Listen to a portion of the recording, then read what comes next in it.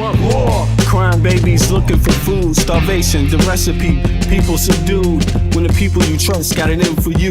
Deceit is the word of the day in every clue. Don't let it go, it's from the days of old. Time is up, but some still do not know. Can I make up my mind? Is it worth the dime? Do I have to take a minute just to make it mine? Life's never fair, but don't listen to the TV. Go out and take a listen to the streets with the people in the slums and the homeless bums with degrees and degrees sitting under a tree. It's not easy in the world for the poor man, the one that brought you to reality. See, they don't want you to know about the black sheep. Even 7 roads to the 12 families all around the globe with an ancient code. Is it really asking a lot to say a death old? Cause we sitting on the earth looking back at extinct, and I'm standing on some ground that's about to sink. I ain't scared for a minute, I ain't about to blink, but I documented for the world what I see and think. Feel we on the call and I feel we on the break. All Congress gonna do is waste paper and ink. Vote or die, you voted and you'll die. You can have it both ways, can't say it's a lie. You can march all you want, but they playing you wrong. They only understand war, it's the same old song. They want war, all they really want is a war. Diversionary tactic to make the big score. The diamonds in the morning, you know they want more, but they wanna keep you low, so they manifest the war.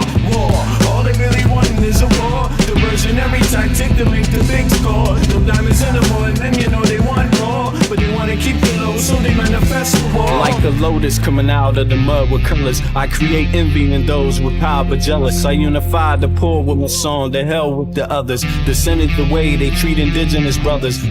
Cause I understand we link forever. They try to hate us even though that we keep it together. I'm not talking about controlling the air or the weather. I'm talking about maintaining the truth, the high endeavor. A rebel drops bombs in the midst of trouble. The free world counterattack and now there's double. But nature gets the shit in a way that's subtle. If you stop the machines for a minute you might hear, but they won't cause the TV's whisper in the ear. And capitalism has eyes that don't tear, and they cloud up and get crazy and won't stare. And like an ab, it's hard to get an ass to listen. Living like this is like living in prison. It's hard to keep hope when you're living in prison. The spiritual thoughts, so yes, the mental prison. The outside, yes, it's got to get through. Something's gotta die, so something here can live. Your life is nothing if you got nothing to give. Keeping the spiritual, yes, disguised as religion. Controlling your mind, the mental prison. They want war, all they really want is a war. Diversionary tactic to make the big score. The diamonds in the morning, you know they want more, but they wanna keep you low, so they manifest the war. War, all they really want is a war. Diversionary tactic to make the big score. The diamonds in the morning, you know they want more, but they wanna keep you low, so they manifest the war.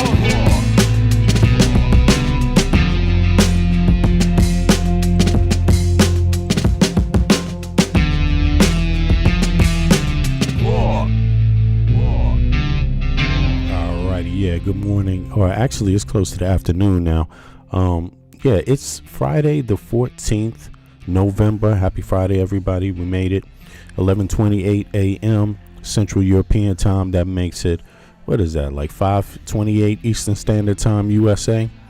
And yeah, and I guess that makes it about 2 a.m. 2:28 over on the West Coast, over on the west side, you could say, somewhere around that time. And but in any case, y'all, it gets more interesting. This is a real moment for the U.S. I think these Epstein files are really, and I've been saying this for a minute, this is really a watershed moment for the United States of America. And I've been calling this an attack, like a concerted attack. And I think the joke is really on the American people, which is why the Epstein files being released is so important, because then you get to examine who exactly is involved, who is in these Epstein files. You get to look at connections between persons of influence. You get to look at financial, acts, which folks are connected together financially supporting each other, and you get to look at which folks may be blackmailed and who else may be committing espionage, right? You get to look at all those things. You get to look at who else might know about this stuff, right? And be able to exert their will against the American people as well. And keep in mind, if you think Trump could be blackmailed, then essentially you believe Brett Kavanaugh could be blackmailed. You believe judges could be blackmailed, because if a president can be blackmailed, then why the hell couldn't a Congress member, a Supreme Court justice, or a senator be blackmailed as well? That makes no sense, right? Not in the power dynamics, right? So, and apparently there was a lot of girls to go around, and men seem to like young girls. You know what I'm saying? Like powerful men seem to like young girls, and the honeypot seems to be very, very attractive to many. But in any case, just to follow up on this, I realized something. People don't give enough focus to what is going on. The fact that powerful people are all involved, the world's most powerful people. Look, when you're talking about Elon Musk, you're talking about the world's wealthiest man. When you're talking about Peter Thiel, you're talking about, the American billionaires are, in fact, the richest people on earth. They're the most powerful billionaires. So you're not just talking about billionaires of any class. You're talking about a wealth that has been, put into one, space, that exists in one space, that has a lot of energy, that's developing a lot of energy, that's also backed by the U.S. military, right? It's also backed by the U.S. taxpayer. So you're talking about some extremely powerful people, right? And it's interesting how American people, the average American person, may not see it like that, because in our culture, we don't like to be jealous of people with success. We're taught to, don't covet what someone else has, right? And that's generally a good thing to do. But when someone's gaslighting you and got all your money and is getting your taxpayer dollars, and then they tell you, don't covet what we have, just work for it. But you're the one who's been working for it the whole time, and they've been stealing it from you the whole time. They haven't been following the rules, but you've been following the rules, and you can't even pay your bills. That's gaslighting. So it doesn't work on that level. Now, the reason why I say this is an attack, and I've been saying this is an attack, it's some sort of attack, right? And who is the victim? The American people. What is the point? What is the goal? To take over the U.S. government, not just for an election, not just for one time, but forever, to cement their space, their place inside of the U.S. government. And these people, they say words. We're going to listen to we're going to listen to Peter Thiel in a minute, but all of them use this referencing deep state, and to me, it's projection. They don't like the fact that the country, right, has a framework based on its history, based on the Constitution, based on wars being fought, based on societal change, right? Struggles in society, discrimination, women's suffrage, all of these things that make the United States what it is, Native American history, all these things become inconveniences to these technocrats. When you want power and you want to seize it fast, you need to overlook everybody else.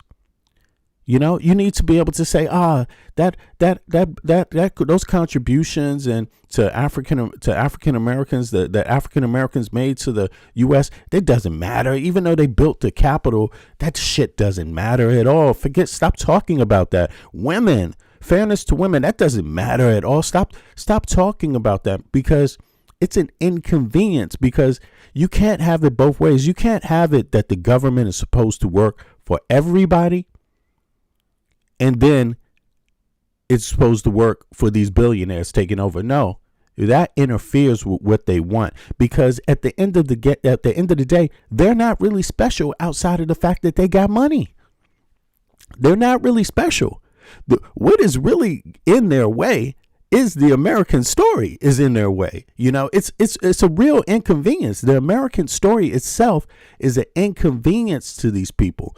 They want to snatch power, but the United States, the Constitution and the history doesn't just allow it. The voting doesn't just allow it. And these people, they're sick of that shit. They don't want it. They don't care. They don't care about that stuff. So the first thing they do is try to remove the importance of the people, and they talk down to you. Listen, what they will do is they will say, F women. Let's fire them from government, fire them from anything. They don't matter. Let's get them out of any role, just women. That's DEI. Forget it. That's not important. We don't need diversity in the courts. We don't need diversity anywhere in government, right? And then you got a man's club. Then they say we don't need African Americans. That's diversity. That doesn't mean nothing. That meant nothing in American history. That means nothing to the fabric of America. Native Americans means nothing. Hispanic Americans means nothing. Jewish Americans means nothing. They just go right across the board, right, and try to change history into some monolith where the only people that matter are people of a certain color or a certain background, European ancestry. But even these people in history, if you study it, they weren't even one people themselves. They don't agree on shit all the time and never have. Not in the United States when they came, right? That's not the history. They fought against each other in the United States. They oppressed each other in the United States, in America, and before they came to America. You see what I mean? So all that history, the real history, is a total inconvenience. What they want is the average person whose ancestors have fought, struggled, followed the rules.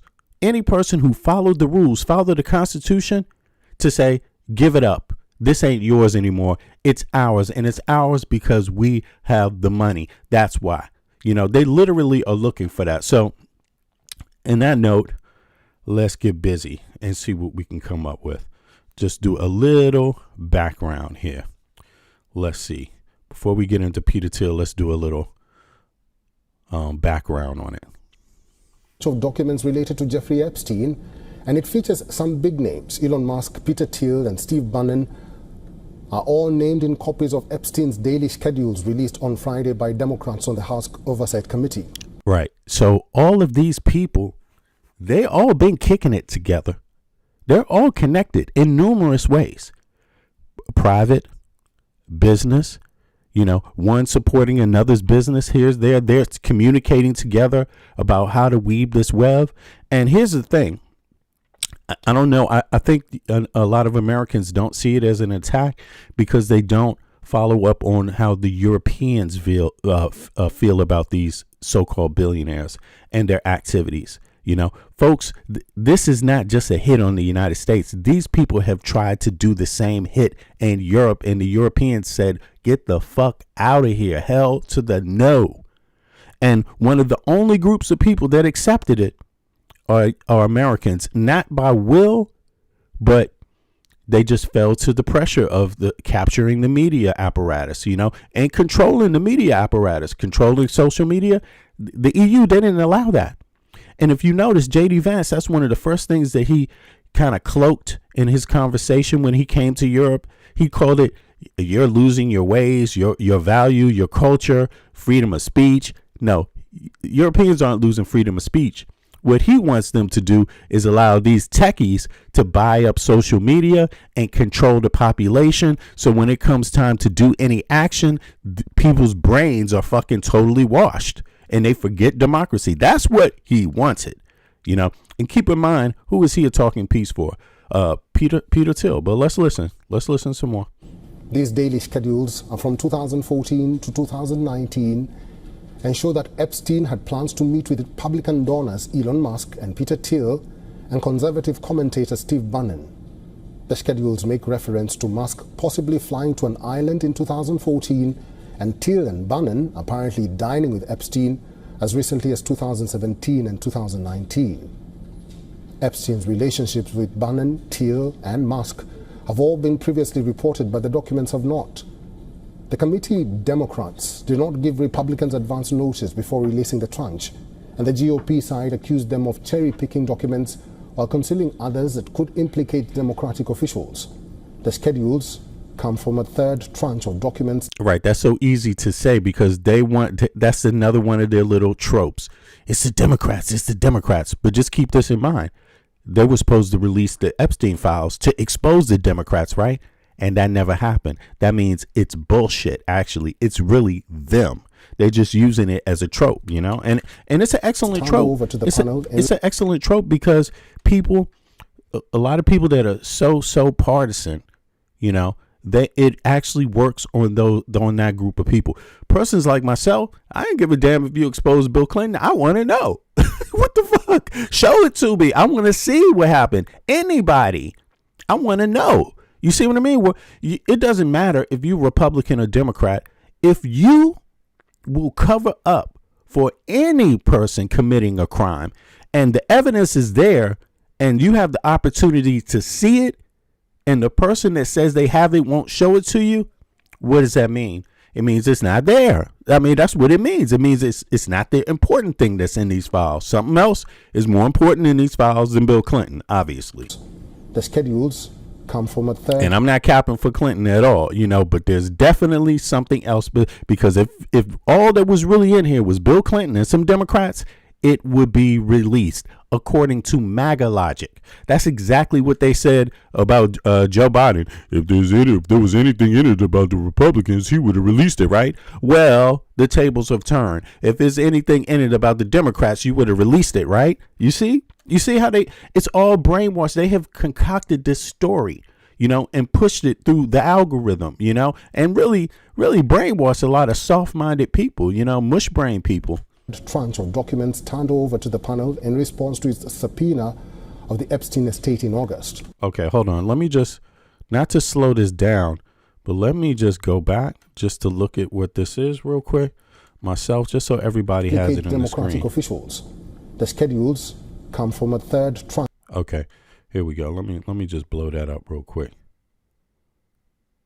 Where is it at? Right here? Boom. All right, let's make this a little big. I want everybody to at least be able to see this, boom. Let's see. I'm gonna take my camera off for a second so y'all can take a peep at this. Right. Here we go. Bunch of documents turned Democratic officials. The schedules come from a third tranche of documents turned over to the panel in response to its subpoena of the Epstein estate in August. Turned over to the panel in response to its subpoena of the Epstein estate in August. Mm-hmm. Damn, okay, they're having lunch. The batch contains 8,005. Okay, what is this one? Okay, yeah, exactly. They're having lunch. So here we go. But now I can just bring it back down to the normal size and then we continue from there. 544 documents, including Epstein's phone logs from 2002 to 2005, flight logs from his aircraft between 1990 and 2019, daily schedules from 2010 to 2019, and financial ledgers. In the released daily schedule, Musk is listed in a 2014 entry reading, "Reminder, Elon Musk to Island December 6th. In a post on X on Friday, referencing a news story about the document's release, Musk wrote, "This is false." Musk has previously been quoted as saying that Epstein had invited him to the island, but he declined. On November 27th, 2017 entry lists a noon lunch with Peter Thiel. Thiel is a billionaire venture capitalist who has been a major donor to Republicans. An entry on February 16, 2019, just months before Epstein's death, lists a 7 a.m. breakfast with Steve Bannon. Bannon is a close Trump ally who served as a White House senior counselor during the president's first term. So essentially, these technocrats, they merged themselves within MAGA. They used MAGA as a shield. That was their social, the part of the social element, the social component. Something people could say, yeah, that part is real, though. We are tired of these transgenders and we are tired of these illegals. They mask themselves and finance that movement, but their goal has nothing to do with these people. Most of the people that follow that logic are average, working, and poor white Americans, like straight up. And if you want to even talk about the black Americans that follow it, most of them are coming from poor backgrounds. Like not, really, I'm just being honest. When you're talking about MAGA, you're really just talking about poor people, poor Americans, like straight up, that have a genuine frustration with the elite. But the elite use their movement. The technocrats are way ahead of that. They know that. They've had a chance, these folks on Facebook and all that, to study how you think, to study every little thought that you put in social media, your genuine views they use against you. You see, that's the matrix, like flat out. They've used this. They've collected your data. They've collected your, and that's really what Peter Thiel is an expert at, by the way. So, I mean, he's the one doing the data collection like that on that level, invading people's privacy. I mean, this is what they're talking about, knowing every single thing about an individual. You know what I'm saying? Like they purposely embedded themselves as the backbone of MAGA, which was a social movement, to vent frustrations on the elite. You see what I mean? And they backed up all these kooky ideas that, what was one of the ideas? That the pedophile elites, but the pedophile elites is looking like the pedophile elites were the ones that backed their movement. Ain't that some shit? Exactly. And it turns out that to these technocrats, everybody, it's not just trannies, transsexuals or whatever, excuse my language, I'm sorry, but it's not just transsexuals that they have a problem with. It's not just LGBT they have a problem with. It's not just Jews they have a problem with. It's not just Hispanics they have a problem with. It's not just black people they have a problem with. It's not just women's suffrage they have a problem with. They have a problem with poor white folk. Straight up, they do. Because guess why? Because you poor white people matter in democracy. Everybody matters in democracy. And these technocrats, democracy is interfering with them. This is how they view it.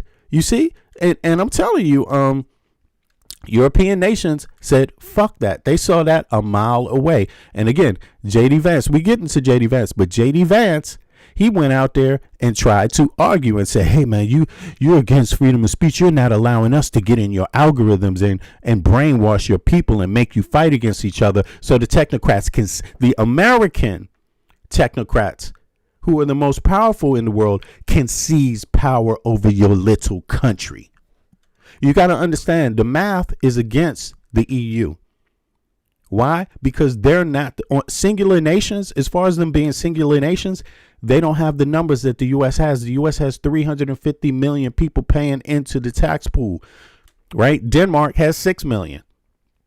But together, the EU has more than the U.S. They don't have the financial dollars, but they have the people power. They got 400 million in the EU. You see what I mean? So these things matter. The EU nations, they saw Elon Musk and Thiel in them as a threat. They even discussed these folks in the EU. They know what these people are up to. The new documents also mention Britain's Prince Andrew. A flight manifest records that Prince Andrew was on a flight with Epstein and his associate Ghislaine Maxwell from New Jersey to Florida on May 12th. Now look, you see Elon Musk is all up in there interfering with UK politics now, right? He's inserted himself financially into the social movement there, which is just another MAGA movement of legitimately frustrated poor white people. Like straight up. I mean, you can't say that they don't have a legitimate frustration with the elite. Everybody has a legitimate frustration with the elite. But when you try to racialize it and turn it into some sort of, discuss it in a way to where it's not factual anymore, where it's not supported by history anymore, that's the problem with what they're doing. But go ahead. 2000. And accelerate trade within each. Okay, so we went through that. Let's get on to Rogan. People got the point, right? You get the point so far. So now here's Rogan and here's Thiel, right? And they're discussing a few different topics. Let me see here. What are some of the topics they're discussing here? This is crazy. They're discussing exploring the intricacies of power and compromise, right? In politics. That's very interesting. in comes Epstein right about in that conversation too. You can find it in the Peter Thiel video. You can find it in the Joe Rogan Experience video 2190, and you can go for the timestamp 1 hour and 48 minutes, and they start talking about this. But right before that, they're talking about MK Ultra Project mind control. That's what's so interesting, because you'll notice that Peter Thiel, he actually has a lot of opinions about this shit, you know, and he's referencing as a segue into the exploring the intricacies of power. He's talking about the deep state in 2000 after 9/11, and it's very interesting how he talks about that, almost like the reaction to the attack was the problem, not the fucking attack. You see what I'm saying? But let's play a little bit of this here. I'm gonna let it play. We can barely know what's going on Right. with them. And then, I don't know, you know, the 2000s, 2010s history on you know, I think the Patriot Act empowered all these FISA courts, and I think there probably were ways the NSA FISA court process was weaponized in a really, really crazy way. And, you know, it culminated in 2016 with all the, you know, the crazy Russia conspiracy theories. Crazy Russia conspiracy theories. You see? But if you ask a person from the EU, ask the Europeans, is the Russian story a crazy story? Is that a crazy story? Because they're saying Russia is attacking their sovereignty right now, actively. So is that also a hoax? You see, when you have Peter Thiel, I just want to remind people, he has 3 different citizenships. These folks are technocrats. They will work in any country that gives them a pass. They will live and set up business anywhere someone gives them a pass. It just so happens that they're in the United States, the most powerful country. You see what I mean? So why would they go somewhere else? But they will go somewhere else if they're not allowed to operate in the United States, because they want to buy up any country. They want to buy up any country. And if the American people are stupid enough to let these guys just take it like that, through scamming the internet, right, through suppressing the vote, through using legacy media to capture your mindset, right, through financing social grassroots organizations, or financing political perspective on the ground. If you're just going to let them do it that way, you're the fool. Because listen, even though Elon Musk is the richest man on earth, what is he, a trillionaire? That ain't shit. The U.S. GDP is like almost $30 trillion a year. You got to understand that the money that Elon Musk has ain't shit compared to the collective of what the United States generates. So if you let a person with $1 trillion, he doesn't have $1 trillion yet. Let's say half a trillion. If you let a person, it doesn't matter if they all have $1 trillion together. If you let them buy up a country that generates almost 30 trillion a year, subvert your civil rights, it's you who's the goddamn fool. It's not them, because they know what they have in the United States. But do you know? Let's listen to some more, because he's about to get into this Epstein shit. It's Trump. And you know, it culminated in 2016 with all the, you know, the crazy Russia conspiracy theories against Trump. Now, this is so interesting, because he has the problem in the beginning, in the 2000s, the reaction to 9/11, right? He said it, the FISA courts and all of this shit, right? Then it culminates into the Russia hoax with Trump. But are these things all connected? I mean, where did Snowden run off to when he leaked all the information after 9/11? Where did he run off to? Russia. What was WikiLeaks? Is WikiLeaks a Russia operation? You see what I mean? He's not the only one. There's others. So you already know there were spies in the U.S. government before 9/11 happened. I mean, and during 9/11 happening, like straight up. And I'm not talking about Snowden, and I'm not talking about WikiLeaks. I'm talking about people that actually were outed and were tried. Others. You see what I mean? Like, Americans better start peeping game. But I think even that, I'm not sure they can do anymore because it got exposed. Can't do that anymore. But a small program that is top secret, that is designed under the auspices of protecting American lives, extracting information from people. Well, I'm agreeing with you. The NSA FISA court process is one where you had a pretty out of control process from, let's say, circa 2003 to 2017, 2018. So that's relatively recent history. So his judgment is that it was out of control. Okay. Mm-hmm.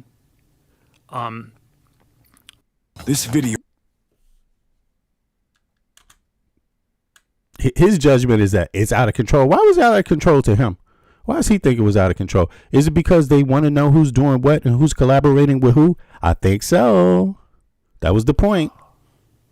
Again, that was after 9/11. You can't have it both ways. You can't have a major attack on your country that kills 3,000 American citizens, hits the Pentagon, hits the economic center of your country, and then you just sit back and say, fuck it, we're not going to investigate. Nah. That's not what the American people want us to do. They don't want us to go in and see who fucking did this, find out what the fuck is going on, who's involved. No. That's bullshit. You have a choice. You do something or you do nothing. You can't solve that. Even to this day, people are wondering about 9/11. Now, keep in mind, after 9/11 happened, you saw all this disinformation over the internet. Loads of it. You saw black airplanes hitting the Twin Towers. Whose airplane was that? That wasn't a normal airplane. You heard people saying, yeah, it must have been Dick Cheney and Bush, because who else would have known that the U.S. military was running operations or test operations away from New York that day? Who else would have known? Well, spies would have known. It was public information anyway. It wasn't something that just doesn't normally happen. NORAD has training. They announce it in advance. But no, that's what the disinformation internet said. Like, seriously. To this day, there's still people that think that George Bush and Dick Cheney were the masterminds behind 9/11. Sorry to tell you, you're wrong. You may not know, but you're wrong. I don't know. They're all the Jeffrey Epstein conspiracy theories, which Jeffrey Epstein conspiracy theories. So you see where this is going, right? Why is Peter Thiel consistently against he's consistently against the wrong people? Like, he's against the victims. This is what he's saying right here. Because when you call that a conspiracy theory, what the fuck are you talking about, a conspiracy theory? It happened. This guy's standing next to Trump, doing business with Trump, doing business with Epstein, and it's a conspiracy. Okay. I'm probably too. This guy has 3 citizenships. Fascinated by, because it felt like there was some crazy stuff going on that they were able to cover up, and still are. But then, look, it's fascinating because it felt like there's some crazy stuff. It felt like it. It's your emotions. It's not a fact, right? And Joe Rogan says there still are. You see where this is going? You see? There was. Because you can't have it both ways. You can't go from the Epstein files, we're going to release it because all the Democrats and all the liberals are inside of it, to now we have power and we're going to cover them up. There was nothing true about it at all. It was all a hoax. Nah, it was all a hoax because these are the people inside of it that they're talking about themselves, like, flat out. You know, all they did was misdirect the conspiracy from the people, the American people wanting shit like equal housing, you know, politics that says equal housing. We're gonna make it seem like it's them that are the pedophiles, the people that want equal housing, fair access to health care, universal health care. Those are the pedophiles. You know, free education. Those are the pedophile people. No, it's them. It's the elitists that don't want the people to have it. They misdirected. And they can misdirect because they own loads of social media and legacy media outlets. I'm just saying, really. Because all the Jeffrey Epstein conspiracy theories, which I'm probably too fascinated by. Look, this was a year ago. And he's calling it you see this? This is a year ago. Trump wasn't even the president. You see that? I'm probably too fascinated by because it felt like there was some crazy stuff going on that they were able to cover up. And still are. But then, man, doesn't it, the fact that we're still talking about Jeffrey Epstein tell us how hard? I mean, this is a point where he's actually telling the truth. Like, he's letting people know that it's not what you think it is, but hard it is to come up with anything else. No, because there's no answers for the Jeffrey Epstein thing. There's been no consequences other than Ghislaine Maxwell going to jail and Jeffrey Epstein allegedly committing suicide, which I don't think he did. Mm-hmm. Other than that, what are the consequences? They were able to. You see, this is where you have a split tongue, because on one hand, what Peter Thiel says is, you know, it could work either way. It could work for, you know, a person that says, yeah, you're looking in the wrong direction when you talk about the Epstein files. It's not exactly what people all think it is. But when you get into the part about who killed Epstein, pull off this thing, and guess who's financing JD Vance at that time, and guess who JD Vance is asking to finance Trump. JD Vance at this time is saying, Peter Thiel, please finance Trump, and Peter Thiel is financing Trump. I mean, financing JD Vance to be the vice president. Some sort of operation. Who knows who was behind it? Who knows what was the motivation? But it clearly has something to do with compromising people, which is an age-old strategy for getting people to do what you want them to do. You have things on them, you use those things as leverage, and then next thing you know, you've got people saying things that you want them to say, and it moves policy, changes things, you get things done. That they did that. Yes. And one, and we know they did that, and yet no one is asking for the tapes. No one's asking. Hold on. Listen. Moves policy. You see? You've got people saying things that you want them to say, and it moves policy. Right. So Joe Rogan is saying, yo, they're blackmailing and they're manipulating politicians and others, right? Congressional members, senators, whoever else. It could be judges. It could be anybody to do what? This is already Joe Rogan's theory back then, and I have to say I agree with that. What you want them to do. You have things on them.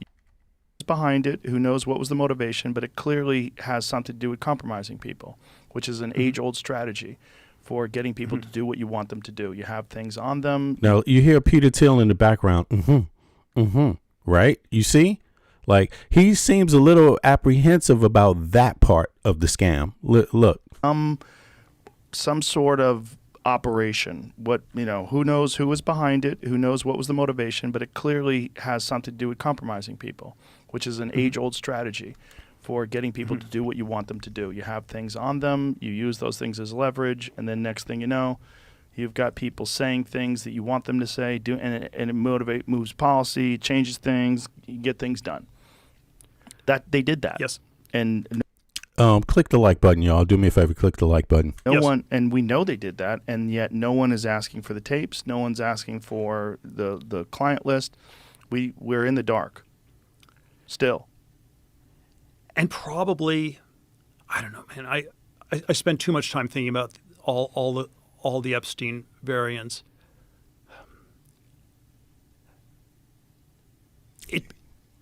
probably the sex stuff is overdone and everything. You hear that? Probably the sex stuff is overdone. Interesting he would say that. Maybe that's what bothers him the most about it is the sex stuff, right? You know, because they do have these emails where he's talking about, oh, wow, that was fun. You coming to the Caribbean this weekend? Let me know. Everything else is underdone. It's like You hear that? probably the sex stuff is overdone and everything else is underdone. And everything else is, I mean, you see, this is a split thing right here. This could be probably the sex stuff is overdone because he doesn't like it, or because he's saying, no, people need to focus on the bigger picture, or it's both. It's like a limited hangout. We get to talk about the crazy underage sex and not about all the other questions. It's like when Alex Acosta testified for labor secretary, and he was the DA who'd prosecuted Epstein. And for people to know, Peter Thiel actually didn't. He refused to fund Trump's campaign, but he did help fund some PACs that helped J.D. Vance get in line to be the vice president. 08, 09, and got him sort of the very light 13-month or whatever sentence. And it was a South Florida DA or whatever he was. And Acosta was asked, why did he get off so easily? And under congressional testimony, when he was up for labor secretary 2017, it was he belonged to intelligence. That's yeah. And then but whose intelligence? Obviously, that's a fraud. Obviously, he just because you're committing espionage doesn't necessarily mean you belong to anybody. Yeah. And so the question isn't about the sex with the underage women or blackmail or anything else. The question is really about why was he so protected? And then I went down all these rabbit holes. Was he working for the Israelis or the Mossad or all this sort of stuff? And I've come to think that was very secondary. It was obviously it was just the U.S. Okay, so he says it's just the U.S., right? I don't necessarily buy that because I don't buy that myself. Of course, you're going to do and not do. When you're in an authority, you still have to follow the law. So you're going to do and not do a whole lot of things based on law, right? Not based on what you think, because you can know anything you want to know. That doesn't mean you can prove it. And when you're dealing with the law, you have to prove.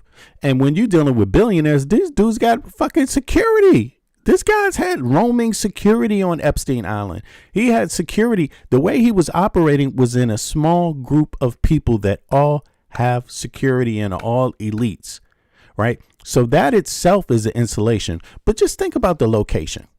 Florida. Just think about that. I mean, listen, I don't know how many people were born. I'm 55. But when I was growing up, Florida was the cocaine capital in the 80s, 70s and 80s. They owned everything. All those buildings that got built, all those high rises is funded by cocaine money, by American cocaine folks. I mean, people that lived in the United States, they had to wash their money in banks, American banks. You see what I mean? So Florida has always been a hub for billionaire criminals. Maybe that's why Trump and Epstein picked Florida. You see what I mean? So, because big money moves however it wants to move in Florida. It's always been that way, like straight up. So he says, right then and there, he says government. This is a year ago, right? So that fits his narrative. It must be the government, i.e. it must be Joe Biden, it must be Obama, it must be Kamala Harris. They're in these files. They must be committing espionage, collecting information. But, I mean, just because you're getting the information doesn't mean you tell everybody, especially if you're still investigating, right? And if you haven't gotten to the root of the problem, Do you reveal what you know? Does that make sense in an investigation? No, that doesn't make sense either. So, but he actually thinks it's the U.S. government. So, but Trump has all these Russians around him. Epstein, see, this is in retrospect. This is a year later. This is a year ago. He's saying this. This is before Trump entered his next, this administration right now. So at the same time that he's talking, you know, it's coming out now, new information, emails, right? He's been visiting Epstein himself, right? Somehow he got some communications with Epstein, and he has had some, people don't know what that wow, that was fun means in his emails, right? But people know now in retrospect, Trump and Epstein had more direct contact with Russians than previously known before. They know this. Epstein admits to espionage. He admits to it in his own writings. That's what he admits to. So you can see either his judgment is skewed, or he's just trying to give the narrative that best suits him in a plausible way that kind of he thinks makes sense to everybody else. But one thing you know for sure, what he is doing and seeking in all of this is power. And ironically enough, he's the one talking about the deep state. What's his company doing? His company is alleged to be spying on every fucking body. Your cell phones, your emails, every fucking body. So what is that? You see what I'm saying? So just keep that in mind, the irony of him saying that, you know? Also using the term deep state. You see what I mean? Today, that would mean he is the deep state, according to his own framing. You see what I'm saying? Like, you know, if you're working for Israel, you don't get protected. You know, we had Jonathan Pollard. He went to jail for 25 years or whatever. But unrelated, right? Understood. But this is one particular operation. It was if it was an intelligence operation, the question we should be asking is what part of the U.S. intelligence system was he working for? Was he working for, you know? You see this? This is, you see, he's exposed by saying this. And I said this before. These people, they talk. All you got to do is let them talk. It's their own words that's damning them, because Peter Thiel, he had two choices: to do this interview or not, to stay a billionaire and do his business and stay private, or not come out and do podcasts and talk about his theories and his views. And his theories and views in retrospect give more insight into what he's up to today. Actually, you know, this guy is playing himself in this interview flat out. But don't you think that's an effective strategy? And see, even Joe Rogan is catching this. Joe Rogan's not getting where the fuck he's coming from. And I have to say, Joe Rogan turned to be on the right side of it a year after. You know, his own instincts on this are correct. It's not that I agree with Joe Rogan all the time. I think he helped these motherfuckers get power. Like, stop. You know, some of the shit Joe Rogan does is highly foolish, but he's not always wrong. He's not always wrong. Sometimes he's dead right. And this interview kind of shows you that his instincts are a problem for Peter Thiel. You know, Joe Rogan, I'm not saying, you know, no matter what, you got to understand Joe Rogan is more to an average everyday guy, even though he's a millionaire, than Peter Thiel is, like flat out. You know, his brain is regular dude, average dude brain, more so than Peter Thiel. Intelligence operation. The question we should be asking is what part of the U.S. intelligence system was he working for? Was he working for, you know? But don't you think that's an effective strategy for controlling politicians? Getting them involved in sex scandals? I mean, that's always been one of the worst things that can happen to a politician. Look at Monica Lewinsky. A very simple one. Consensual, inappropriate sexual relationship between a president and a staffer, and it almost takes down the presidency. It causes him to get impeached. And today, all this shit with 1,000 girls, Trump emails, all this bullshit, that can't even take down the president today. They won't even impeach his ass. Powerful motivators. Look at how reluctant he is. Look at how reluctant Peter Thiel is to, every time he touches on the sexual part, which is disgusting, by the way. Look at how he resisted This is like the second or third time in this interview he kind of resists that. Relationship between a president and a staffer, and it almost takes down the presidency. It causes him to get impeached. Powerful motivators. The shame of it all. Also, the illegal. Joe Rogan is speaking facts. I don't understand what this dude's problem is with it. Legal activity. The fact that it's one of the most disgusting things that we think of. With people having sex with underage people. I'm sure that was part of it. I suspect there are a lot of other questions that. What is this dude doing? Man, I mean, this is very, very revealing. Hold on for a second. This guy is reluctant to communicate about blackmail and espionage and using minors. He's reluctant to talk about that. Like, you have to ask why. It's not that the other thing can't be happening and that people shouldn't focus on the other thing either. It's that this is central to it, and every time it comes up, this guy, for some damn reason, is goddamn reluctant. It's really, really weird. I'm sorry, this is fucking weird. I don't understand it myself. Let me try to see if I can slow this shit down a little so we can listen to it. Just look at his face. One should also most certainly, but I would that most disgusting things that we think of with people having sex with underage people. Look at his face. I'm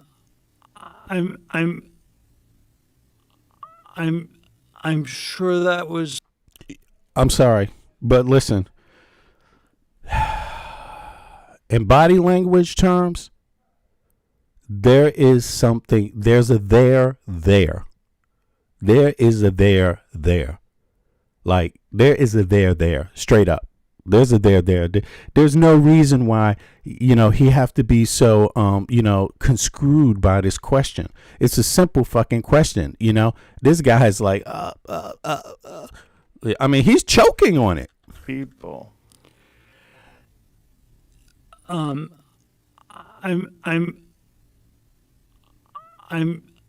sure that was part of it.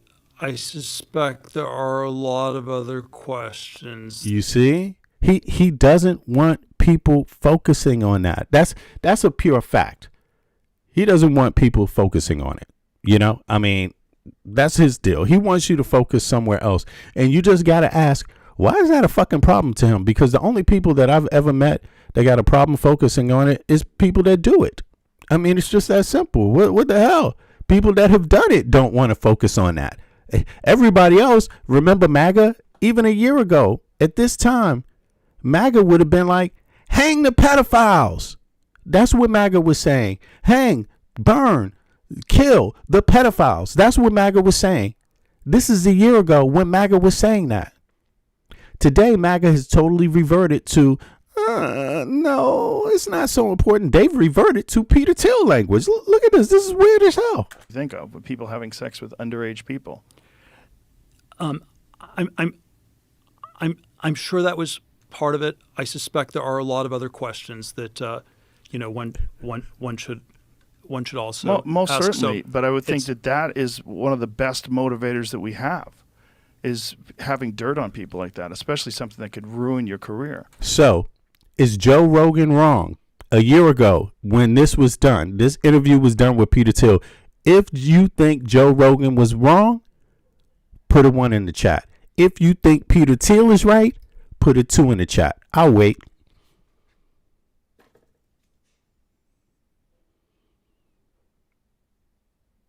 If you think Joe Rogan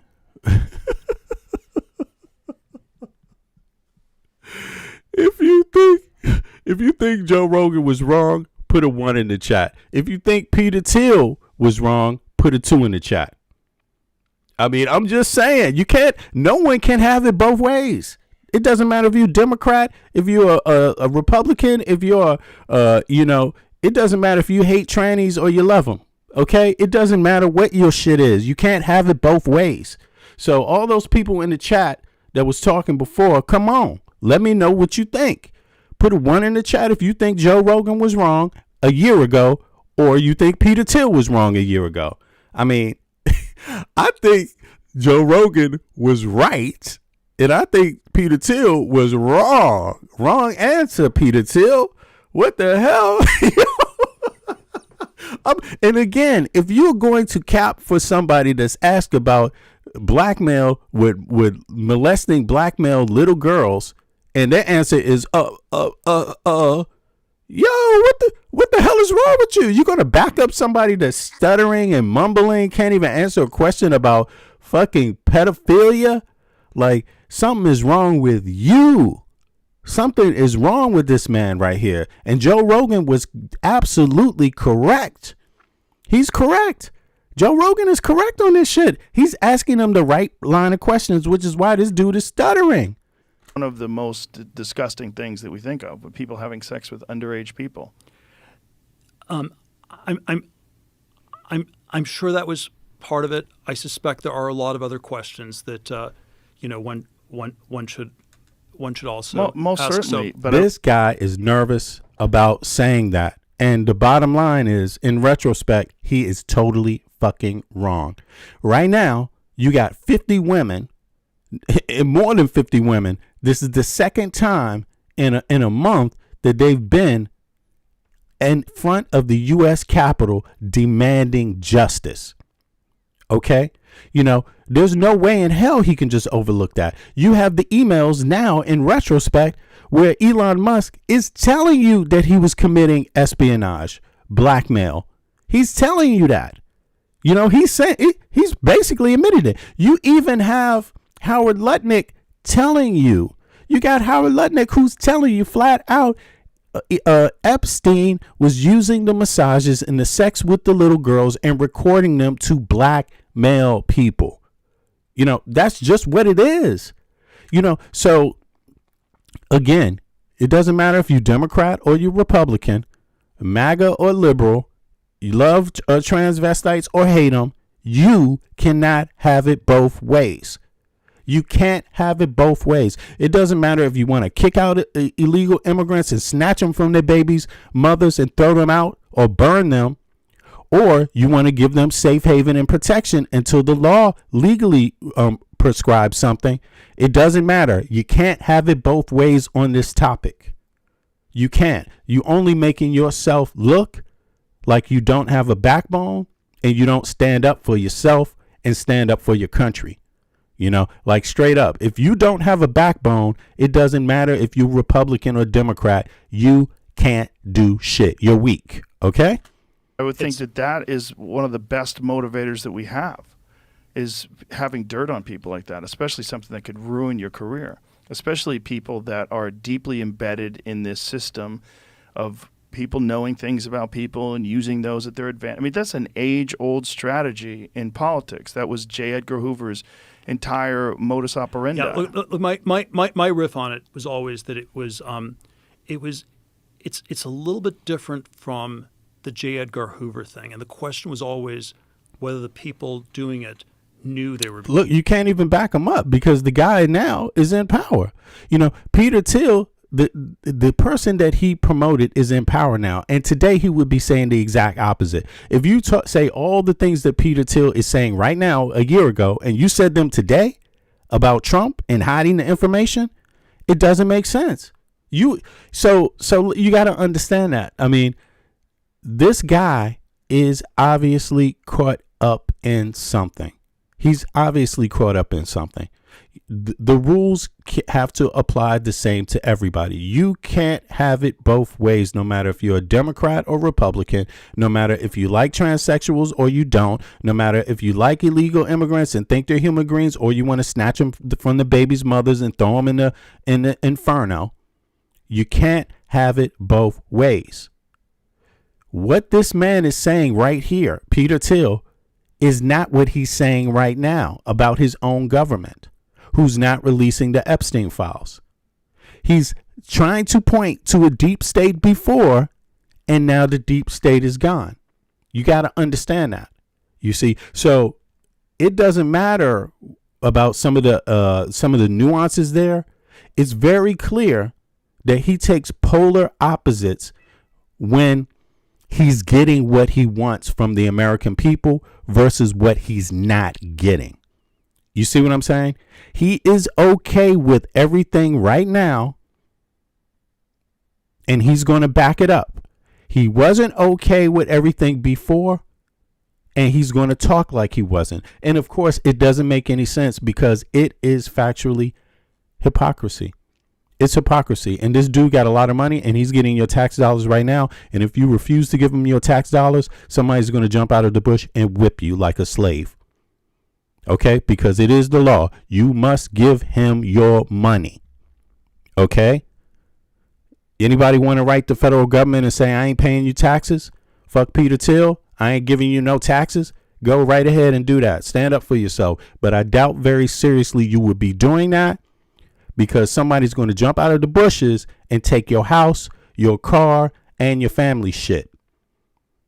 Okay, so you have no choice but to give this man your money who's saying total crazy shit. That's the situation you're in. Okay, click the like button for me. Now let's get on to some more exciting stuff. I mean, there's more exciting stuff. Let me see here. Boom, take this off. Let's get over to the damn articles. Let's see what it does. Oh yeah, we got into this the Trump piss on the bed prostitute affair. Now let's go over to the next one. Let's see here. What is this? Boom. Now here we go.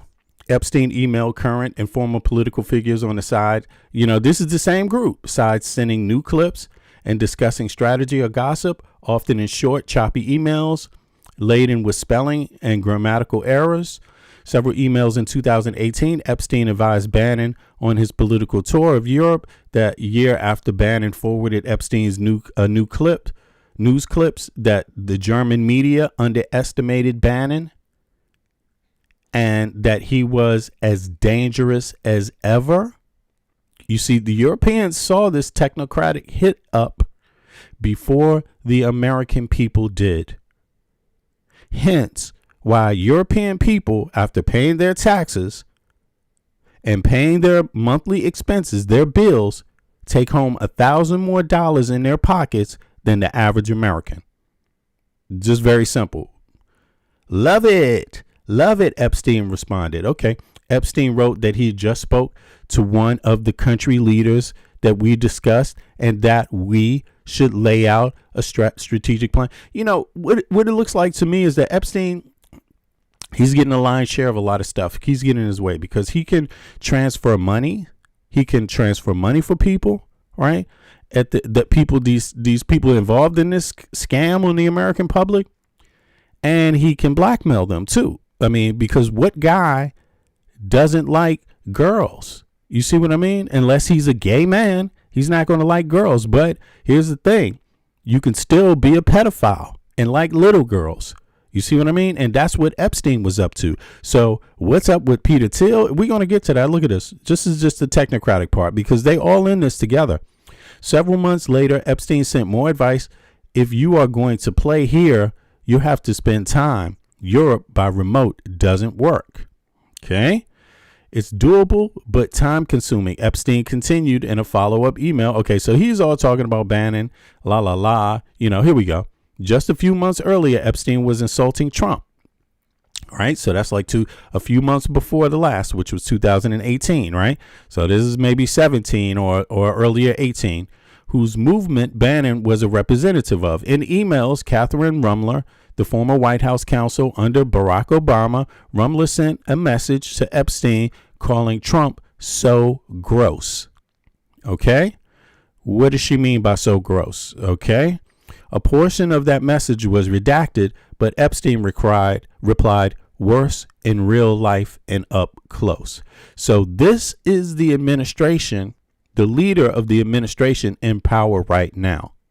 OK, now, earlier in this conversation, going back to Epstein, right? I mean, going back to Thiel, They were talking about Manchurian Candidate. That was the segue into the conversation about Epstein. So just to be clear about that, just for people that don't know. Oh, hold on. Let me turn the camera off real quick. I can see I didn't turn it off.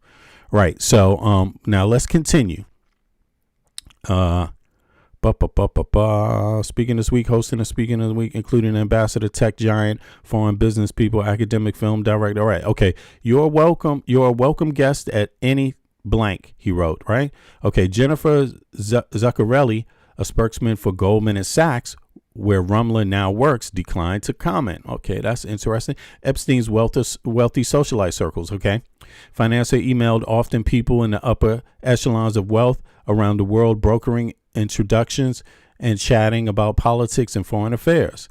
That included Silicon Valley investor Peter Thiel, right, who Epstein sent an email to in 2014 saying that was fun. See you in 3 weeks.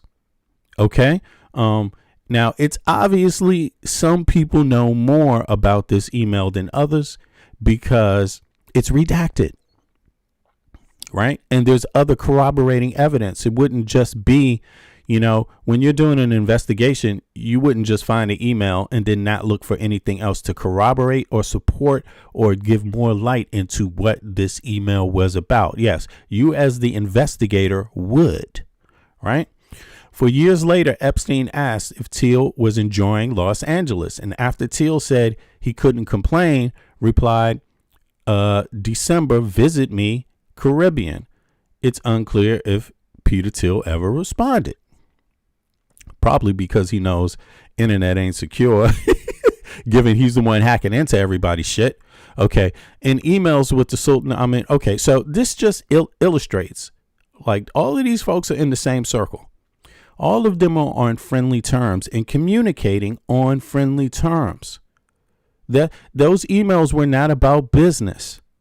It was not about some tech shit. These were not invitations. My company would like to invite your company to this meeting on this day, blah, blah, blah, at our headquarters, la, la, la. This is like, can you come to my fucking island? Come hang out with me in the Caribbean. That's what it is. You could choose to see it some other way. But I would only ask, damn, what kind of business you into also? Like, are you mixing business with pleasure? Is that what you normally do? What do you, next thing you do, you go into the strip club and popping some bottles while you're doing business? Is that normal for you? Sounds very misogynistic. Okay. Called to discuss, Epstein wrote back. Okay. In January, biotech. Okay. So this is Boris Nikolic attending the annual awards. All right. So Switzerland, blah, blah, blah. Clinton, Sarkozy. Sure, release the Epstein files. Let's know about Clinton. Let's know about Sarkozy. Trump's not trying to do that. He's not too hyped about that. I wonder why that is. Okay. So over to the nation. Larry Summers, Democratic Treasury Secretary, Harvard president. Recall, I've told you, I have met some very bad people. None as bad as Trump. Now, this is Epstein talking to him.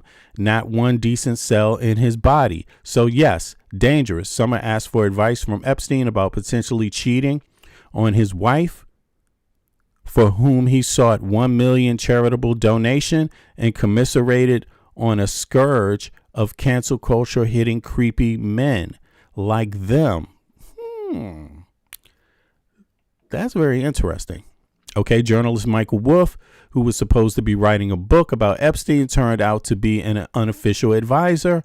He coached the sex offender on how to handle what he knew about Trump just before his first election. I think you should let him hang himself. He's talking to Epstein there. Wolff is saying, I think you should let him hang himself. Wolff wrote, if he says he hasn't been on the plane or to the house, they talking about Trump, then that gives you valuable PR and political currency. Right. Obviously, Trump admitted to being on the plane and in the house. Right. You can hang him. But this is before Trump had admitted that. You can hang him in a way that potentially generates a positive benefit for you. Or if he really looks like he could win, you could save him generating a debt. After the release of the infamous Access Hollywood tape, Wolff emailed Epstein. Right. So this is after Trump went public, obviously, right? Wolf emailed Epstein that he had an opportunity to come forward this week and talk about Trump in such a way that could garner you great sympathy and help finish him. So this is Epstein engaging in some sort of hit job on Trump, right? Obviously, yeah. And Epstein turns up dead after this. Later, Epstein emailed Wolf. Of course he knew about the girls. Wolf also helped the convicted sex offender to think about whether and how to respond to Miami Herald reporter Julia Brown's expose of the extensive investigation into his. Okay, so in any case, you get it. Look at this. He's responding to Acosta. You know, they're conspiring, and Trump was even. They had somebody communicating between them, or someone, whether it's between them or whether it's direct. You know, they were had access to each other all the way up until Epstein's death, pretty much. Let me see. People around Trump or people. Can y'all see this? Let me make this bigger. Boom. I'm going to finish off on the technocrat part, but in Europe, there's some reports. They did reporting about these people and why they're dangerous, right? And what their goals were. Okay. So, you know, let's see here. New batch of documents includes mentions of Elon Musk, Bill Gates, Peter Thiel, and Steve Bannon on what appear to be scheduling notes for the deceased pedophile financer, right? Business Insider had independently verified whether these meetings actually occurred. Representatives for Musk, Gates, Thiel, and Bannon didn't immediately respond to the request for comment. All right. Friday, Democrats serving on the House Oversight Committee, which subpoenaed Epstein's estate, published 6 pages of tranche of documents. Right. OK. Several of these pages included emails. Right. Appear to be from Epstein's assistant, showing draft schedules for several days. They feature scheduled haircuts, teeth cleaning, movie screenings, meetings with some of the most powerful people in the world. The documents don't include accusations of wrongdoing. The schedules are all for dates in 2008 when Epstein pleaded guilty in Florida. Okay, after Epstein pleaded guilty, or when it was Florida, to soliciting minors for prostitution. Epstein later died in jail in 2019 while awaiting trial. Right. So what he knows and all of that, he never got a chance to say. He died before being able to implicate anybody directly, like too directly, which is very good timing for a lot of wealthy people, obviously. Twitter Republicans. And if you think that's just good news for one person, I don't see why that would be, because look at how Peter Thiel's reacted to the question about little girls. He's like, you know, Democrats on publishing documents, selective. Okay, we're releasing them all soon. Okay, let me see here. What? This is in Rancho. Documents released Friday, and entry for Saturday, December 6, 2014, places Epstein in New Mexico, Zorro Ranch, right? On the same day, it suggests Musk may visit an island and questions if the trip would still occur. Reminder Elon Musk. Right. So all of this shit, they're all meeting him after he's already been publicly accused about little girls. Now, here's the thing. I don't know who in the chat has ever met a billionaire. I've met a billionaire before, more than one time. Right. Through the music industry, because some billionaires own record companies. Right. Now, here's the thing. If you know anything about billionaires, they have investigators that work for them. That's how they stay out of fucking trouble and keep their ass safe every day of the week. They investigate people that are around them, people that they go to have meetings with. Okay? That's what they do. That's their job. Okay? If you're a billionaire and you don't have people investigating and finding out who you're going to meet and who people are around you, you are a dumb MFer. You're not going to have $1 billion too long. Straight up. Now, I don't know how the hell he didn't hear about Jeffrey Epstein, Peter Thiel, or or Elon Musk. That, to me, that sounds fucking impossible. And it's not plausible at all. It's not plausible. So it's obvious that there's more to be hidden here. it's obvious to me, because I'm a detective type, I'm not going to even just accept what people say if it doesn't add up at all. And even if it adds up, I might look into some things anyway. All right. Let's see here. Epstein estate agreed to pay $105 million to the government of the U.S. Virgin Islands to settle a civil sex trafficking case. Okay, those settlements often close and seal documents. During a dramatic split with President Donald Trump in June, Musk said the president was to blame for not publicly releasing the documents about Epstein, commonly referred to as the Epstein files, and said the president is in them. Okay, so that, is interesting. Also, I wonder, what his motive is behind this, right? I'm just curious about that, whether that means Musk don't like little girls also. What does it mean exactly? Right. So let me move on. This is just to illustrate that they actually are wound in a web. They're all in a web of some type, right? And obviously there's two elements, motivations that could be behind it, or it could be one of either, but money is part of it. So whether they, backed Trump to get access to the money, or whether they were already mixing business with pleasure too and backing Trump, or backing different people in order to get to the money, right? Either way, it doesn't even matter to me, right?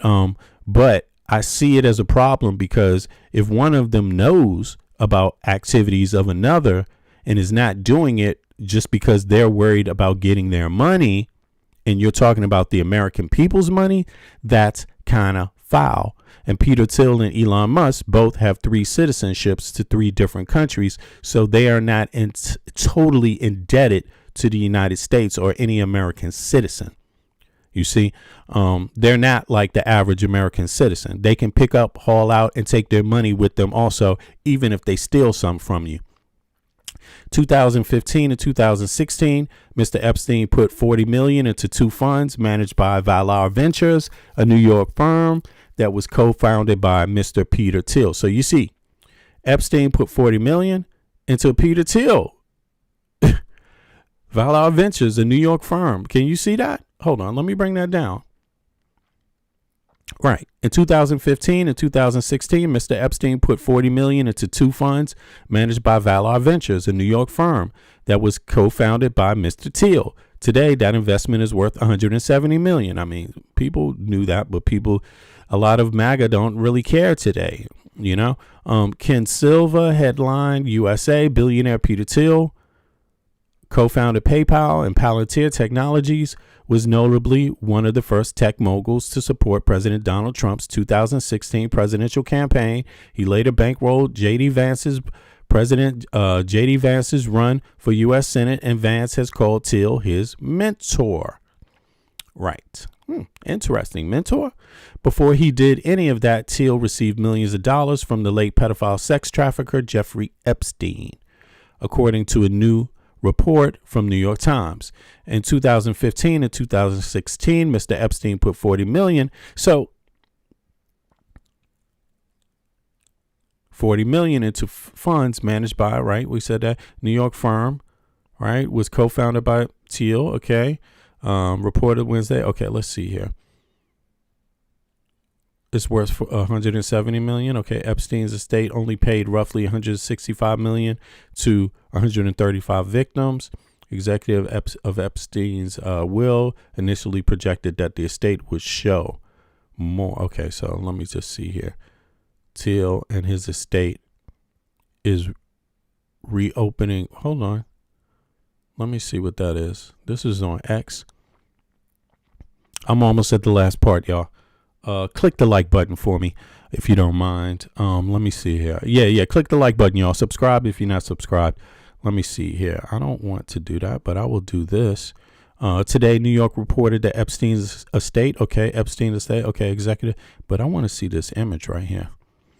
Okay, Thiel and his estate is reaping millions. Mr. Epstein and late financer and sex offender started by putting $40 million into Valar Ventures. Okay, so that's what that was about. Now, so let's go back here.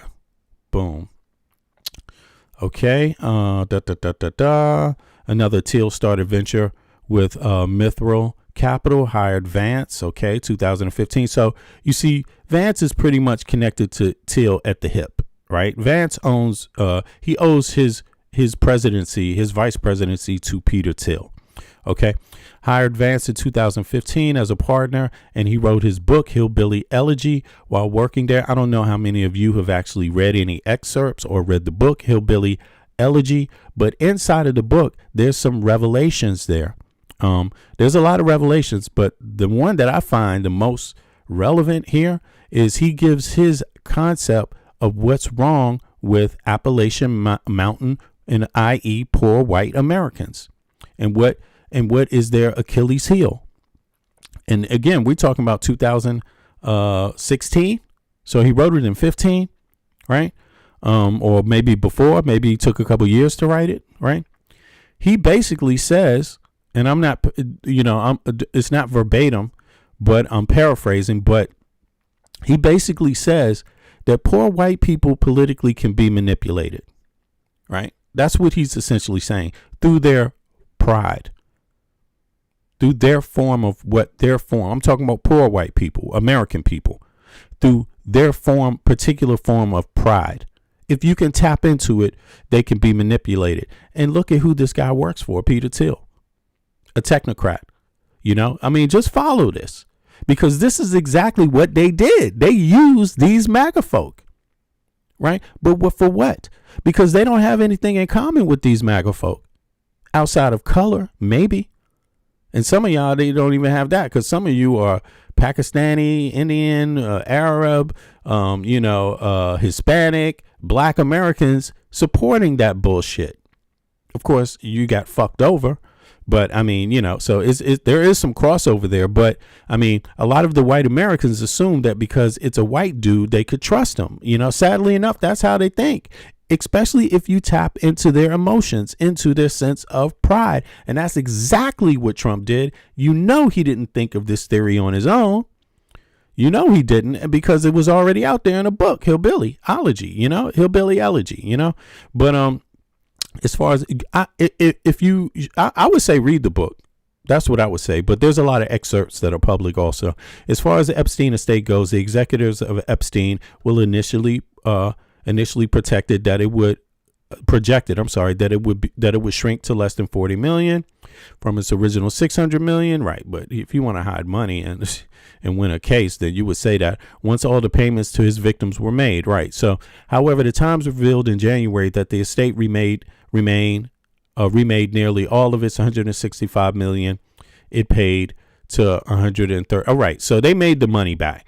That's because the Internal Revenue Service provided Epstein's estate with a 116 million tax refund last fall. Wow. The Times reported January total assets of Epstein's estate were valued at 145 million, and that figure has apparently grown to 170. Okay, so in any case, let's go on here. Richard Kahn, Darren Indica, along with other beneficiaries chosen by Epstein before his death, most of whose identities remain largely shrouded in secrecy, according to the Times. Okay, adding insult to injury for the victims, none of the tax return will go to the victims. Instead, it will likely go to the estate's co-executives, right? Richard Kahn, Darren Indica, and others who are secret. You don't know who those are. It's not public right now. Let me know if you know who any of those people are. Meanwhile, the firm Thiel co-founded Palantir has reportedly received more than 113 million in federal government spending since Trump took office. Yep. Palantir, a data analyst company, is reportedly implementing a product called Foundry to numerous federal agencies, which will allow them to more effectively spy on Americans and others. Yeah. So, this is what Europeans didn't want. This is what they don't want. They don't want their sovereignty being sold. So this is why they said, fuck no, Elon Musk, and to the rest of them. This is what's going on here. But the United States Americans, maybe because they're a little bit powerful, bigger population, felt like they can't be, they're not under as much threat as some of the smaller Western countries might have felt, which is why some of the smaller Western countries happen to be a little more patriotic, I would say, and national orientated, not nationalistic necessarily, but in terms of sovereignty, yes. In terms of sovereignty, yeah. And selling out to rich folk, yeah, they want their society to be promoted and survive. They don't want to just sell it out to somebody because they got a whole bunch of money. Now, that leads us to this part. A policy brief, right?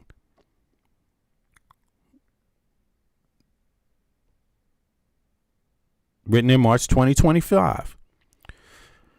Rise of Techno-Authoritarianism and its impact on U.S. foreign policy. So let me just make this, let me just go down here. I can see I'm going to have to make this a little bigger. But for a second here, I got to do it like this. I don't know how many of you all can see this. I'm going to make it as big as possible. And then, yeah, let's see here. This is the abstract. Okay. I'm ending on this one, but just to examine this, the intersection of wealth, technology, and political power has reached a new and dangerous frontier in the United States, threatening not only American democracy, also reshaping global power dynamics.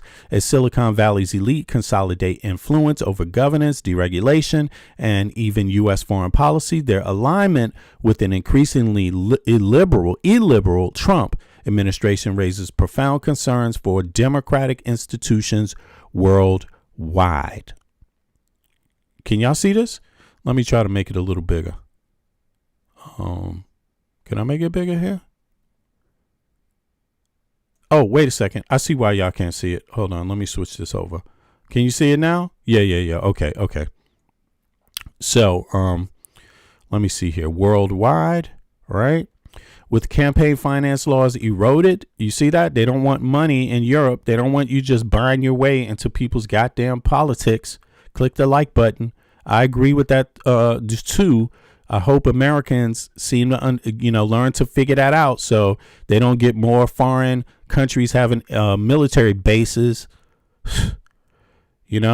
Campaign finance laws eroded and state functions increasingly outsourced to private tech firms. You see? Yeah, like Peter Thiel, Elon Musk, basically they're American citizen slave masters at this point. Americans are just at the point where they're about to just make it official or they're going to reject it all, either one. And that's what's coming up in this next vote.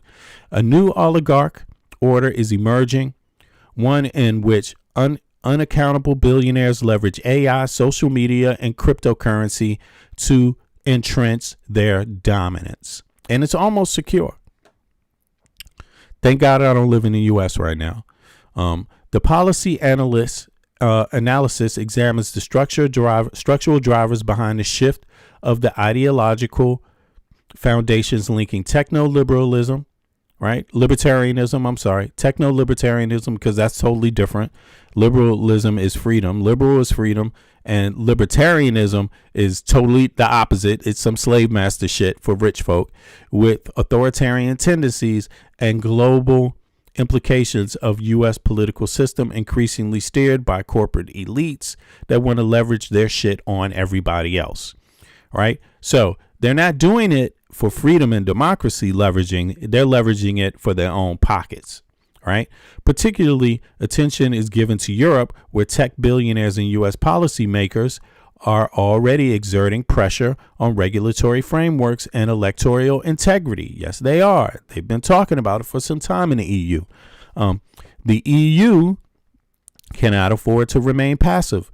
Beyond defending itself from digital interference and political manipulation, it must recognize its growing responsibility as a counterweight to illiberalism and to incorporate capture of governance, right?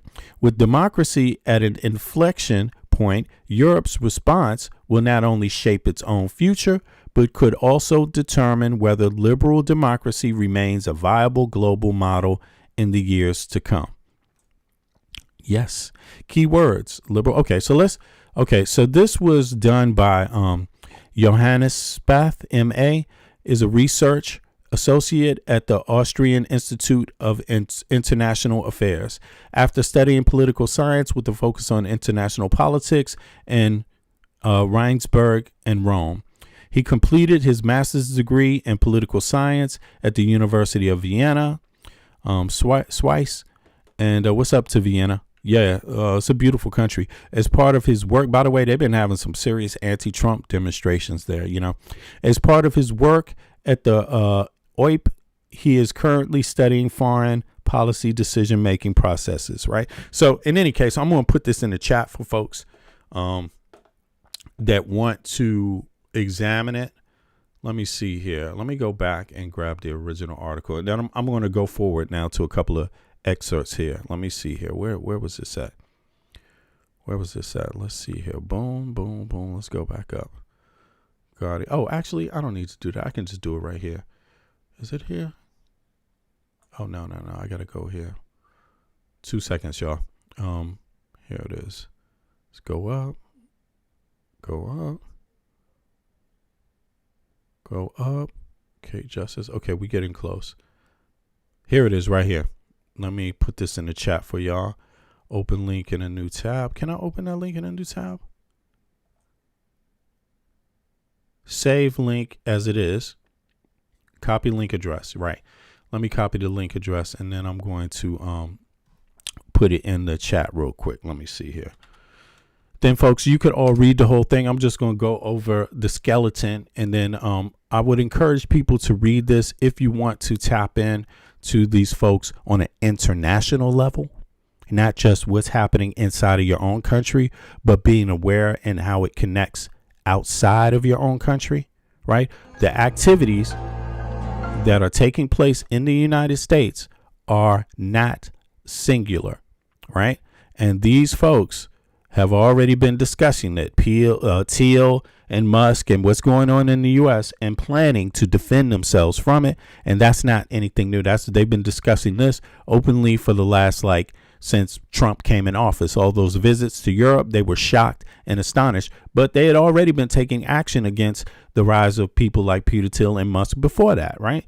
But here we are, reports. I will just put this in the chat real quick and then people can have the opportunity to read it on their own. I think it's a good read, and I definitely suggest it for folks that want to get into some detail. So here we are. Let's see here. I hope it fits in the chat. Can y'all see that? Boom, there it is. So you can download it yourself. Now let me get back to this part here. Let's see here. Boom. Are we there? Right, here we go. So I can close that up now. Let's see here. Now let's get into the skeleton of this real quick. Boom, boom, boom. Right. So we got the, let me make that a little smaller too. We got the introduction, right? Here we go.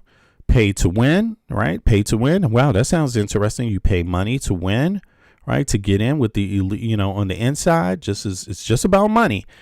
Again, Qatar is about to open a military base in the United States. Why? Because the money. They give money. They're paying to win. Return of investment, right? What do you get for your money? Let the fox guard the hen house. Exactly. Letting people that benefit from anti-democracy and anti-freedom be the guardians of democracy and freedom. Okay. That's what's going on in the U.S. The mafia in the White House is another interesting chapter. The Dark Enlightenment and the Rise of Techno-Authoritarianism. Very good read. A Silent Coup. Wow. Implications for U.S. foreign policy. Quo Vadis America. Yeah, that's going to be Vadis America. That's going to be interesting. Europe needs to brace itself. And the references. Now, let's go to this one. Let the fox guard the hen house. And then I'm going to be out. Naturally, we can also observe. Oh, y'all can't see this. Let me make this bigger again. Sorry. Try to make it bigger so you can at least see me, what I'm reading, right? Okay, here we go. Naturally, we can also observe more traditional benefits from campaign contributions being reaped. The Trump administration has gone on a deregulation spree of key industries that have supported his campaign, such as oil, gas, the financial sector, and cryptocurrency. Right. This is already reflected in the personal choices running federal agencies that are supposed to monitor businesses and enforce regulatory frameworks. For instance, billionaire Scott Bessent has been appointed Secretary of Treasury. Damn! Let the fox guard the hen house. Okay, why would anybody do that? He's, but hey, in one of his first official actions, and again, this is all done by votes. They got American citizens to believe some bullshit and they voted for this. In other words, those Appalachian Mountain folks, let me turn my screen on. Sorry about that. Those Appalachian Mountain folks that J.D. Vance was talking about voted for a billionaire to guard the Treasury. And it's fucked up, but they did. And they knew how to get into their soul and they voted. And guess what you get in return? You get a billionaire who don't give a fuck about you. Wake up. Okay. This is okay. Let's see here. In one of his first official acts, Bessent gave representatives of the so-called Department of Government Efficiency, DOGE, access to the federal payment systems that controls the flow of trillions of dollars in funds every year made by po-ass people all over the United States of America. Your money. He gave Elon Musk, a person with 3 citizenships, a tech billionaire, an immigrant from South Africa, access to the Secretary of Treasury. Oh, my God. Bessent gave representatives of the so-called Department of Efficiency, DOGE, access to the federal payment systems that control the flow of trillions of dollars in funds every year. And it includes sensitive information of millions of Americans. Epstein 2025.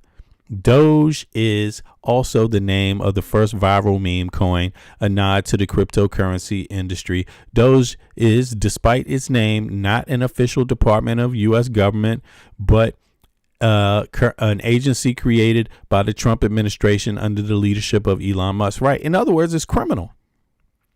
The mandate of cutting, or it's anti-democratic. Let's put it that way. The mandate of cutting perceived government waste as, again, feeding into the poor Appalachian Mountain feelings, right? The elite against the poor. They were able to, say that they were cutting waste. Right. Yeah. Okay. No, they're just going to own your ass. They're not cutting waste. They're cutting your lifeline. They're cutting you away from your taxpayer dollars. Your taxpayer dollars aren't meant to benefit you or your communities. It's now meant to benefit them, and they can punish people. As of this writing, the Trump administration is currently being sued over its unprecedented granting of access to sensitive government records to non-governmental officials. Gideon 2025. The edge in competition, a billionaire with multiple companies in the U.S. market ranging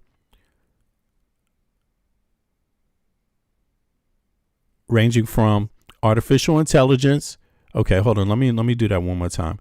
The edge in competition, a billionaire with multiple companies in the U.S. market ranging from artificial AI development, they're talking about Elon Musk, car manufacturing to robotics and brain implants, can leverage from access to this kind of data and operational control. And people said that is immediately, but poor people didn't fight back. Poor people said, nah, but they're going to do something about the trannies and the illegals. You know what I'm saying? So let him into the Treasury Department, which has nothing to fucking do with any of those things. But they were hunting down pedophiles at that time. Now they're not hunting down pedophiles no more. You see, I guess it wasn't about that. It was about your money, as you could always think.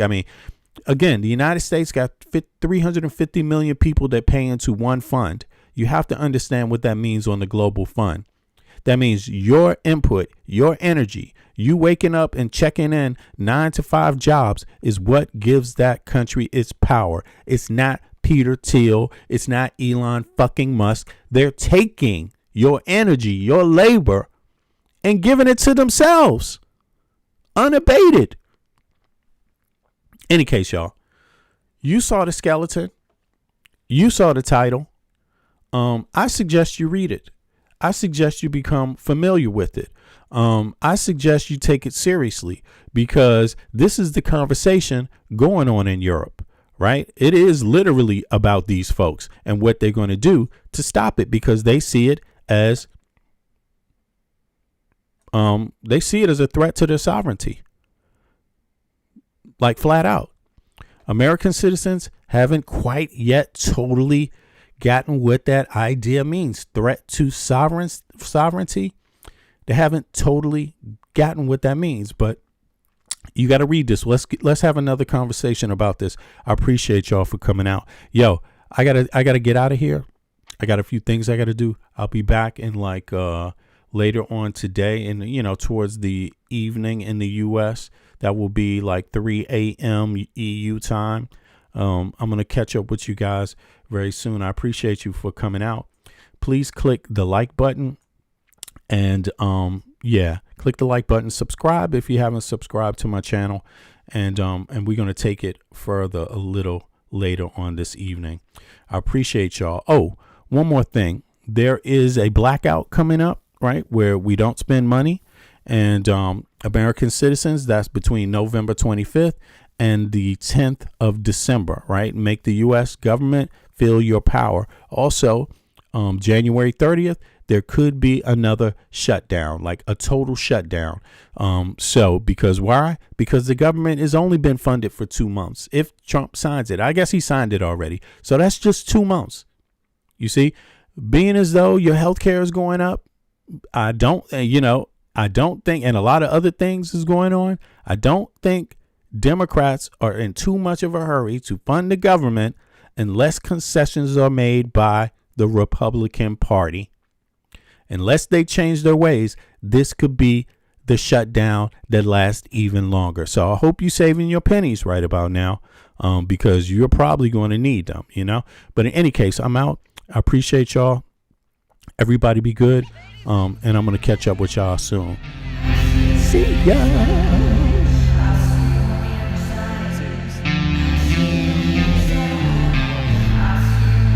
Release the Epstein files. Release the files. They want war. Crime babies looking for food. Starvation, the recipe. People subdued. When the people you trust got it in for you. Deceit is the word of the day in every crew. Don't let it go. It's from the days of old. Time is up, but some still do not know. Can I make up my mind? Is it worth the dime? Do I have to take a minute just to make it mine? Life's never fair, but don't listen to the TV. Go out and take a listen to the streets with the people in the slums and the homeless bums with degrees and degrees sitting under a tree. It's not easy in the world for the poor man, the one that brought you to reality. See, they don't want you to know about the black sheep, leaving 7 roads to the 12 families all around the globe with an ancient code. Is it really asking a lot to say a death old? Cause we sitting on the earth looking back at extinct, and I'm standing on some ground that's about to sink. I ain't scared for a minute, I ain't about to blink, but I documented for the world what I see and think. Feel we on the call and up and we on the break. All Congress gonna do is waste paper and ink. Vote or die. You voted and you'll die. You can have it both ways, can't say it's a lie. You can march all you want, but they playing you wrong. They only understand war, it's the same old song. They want war, all they really want is a war. Diversionary tactic to make the big score. The diamonds in the morning, they want more, but they wanna keep you low, so they manifest the war. All they really want is a war. Diversionary tactic to make the big score. The diamonds in the morning, they want more, but they wanna keep you low, so they manifest the war. Like a lotus coming out of the mud with colors. I create envy in those with power but jealous. I unify the poor with my song, the hell with the others. Descended the way they treat indigenous brothers.